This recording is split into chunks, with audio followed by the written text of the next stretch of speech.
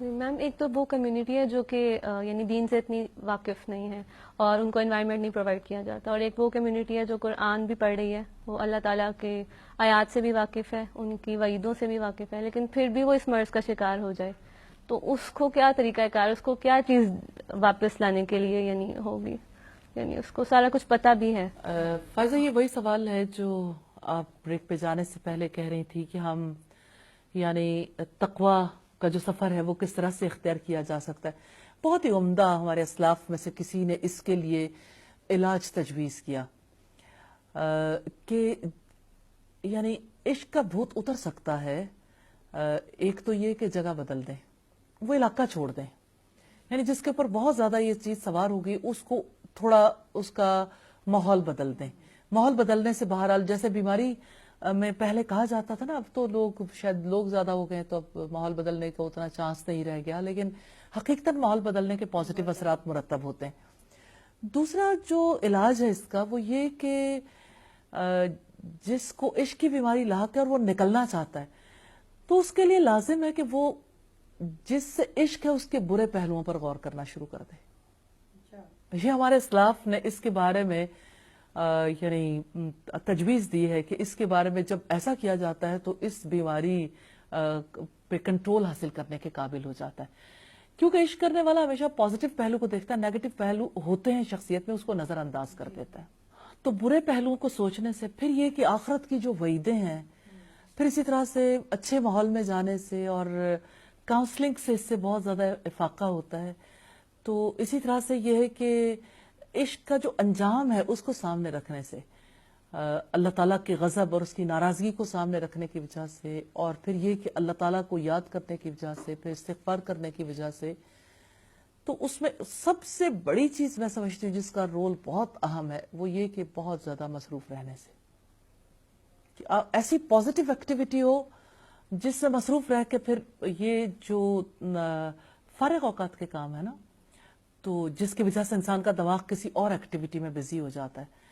تو جب اچھی ایکٹیویٹی ہو تو انسان بری جو مصروفیات ہیں، مشاغل ہیں، ان سے نکل سکتا ہے الحمدللہ اللہ کے فضل و کرم سے۔ تو بہرحال کیور ممکن ہے۔ تو بہت سے پہلے افراد تھے جنہوں نے اسی طرح سے اجازت چاہی تھی، جیسے ہم دیکھتے ہیں کہ مرثد ایک صحابی تھے جن کی ڈیوٹی لگاتی تھی رسول اللہ صلی اللہ علیہ وسلم نے کہ مکہ کے جو افراد مدینہ آنا چاہیں گے تو ان کی ہیلپ کے لیے ان کی ڈیوٹی لگائی تھی۔ تو اسلام قبول کرنے سے پہلے اناق نامی ایک خاتون تھی جن کے ساتھ انہیں عشق تھا۔ ایک بار ایسا ہوا کہ وہ مکہ سے واپس آ رہے تھے قیدیوں کو یا مکہ والوں کو لے کے کہ جن لوگوں کو وہ چھوڑنا نہیں چاہتے تھے، تو اناق جو ہے وہ رات کے وقت وہیں پہ آ گئی، اس نے دعوت گناہ دی، تو مرثد نے کہا میں تو اسلام لا چکا۔ اس نے پھر شور مچا دیا، پھر جو بھی صورتحال پیدا ہوئی، پھر وہ جب اناق کے عشق میں یعنی پہلے مبتلا تھے، پھر اسلام قبول کرنے سے افاقہ ہو گیا، اب جب اس نے ایسی صورتحال پیدا کی تو وہ ساری بیماری پھر جاگ گئی۔ رسول اللہ کے پاس پہنچے اور انہوں نے نکاح کرنے کی اجازت دی تو آپ صلی اللہ علیہ وسلم نے انہیں اجازت نہیں دی، اور یقیناً دعائیں بھی کی ہوں گی، اور پھر یہ کہ جو مذہب کا فرق آ گیا نا، دین کا فرق آ گیا، اس کی وجہ سے چونکہ دین سے زیادہ محبت تھی، اللہ تعالیٰ سے محبت تھی، اس وجہ سے اس بیماری سے بچنے میں کامیاب ہو گئے الحمدللہ۔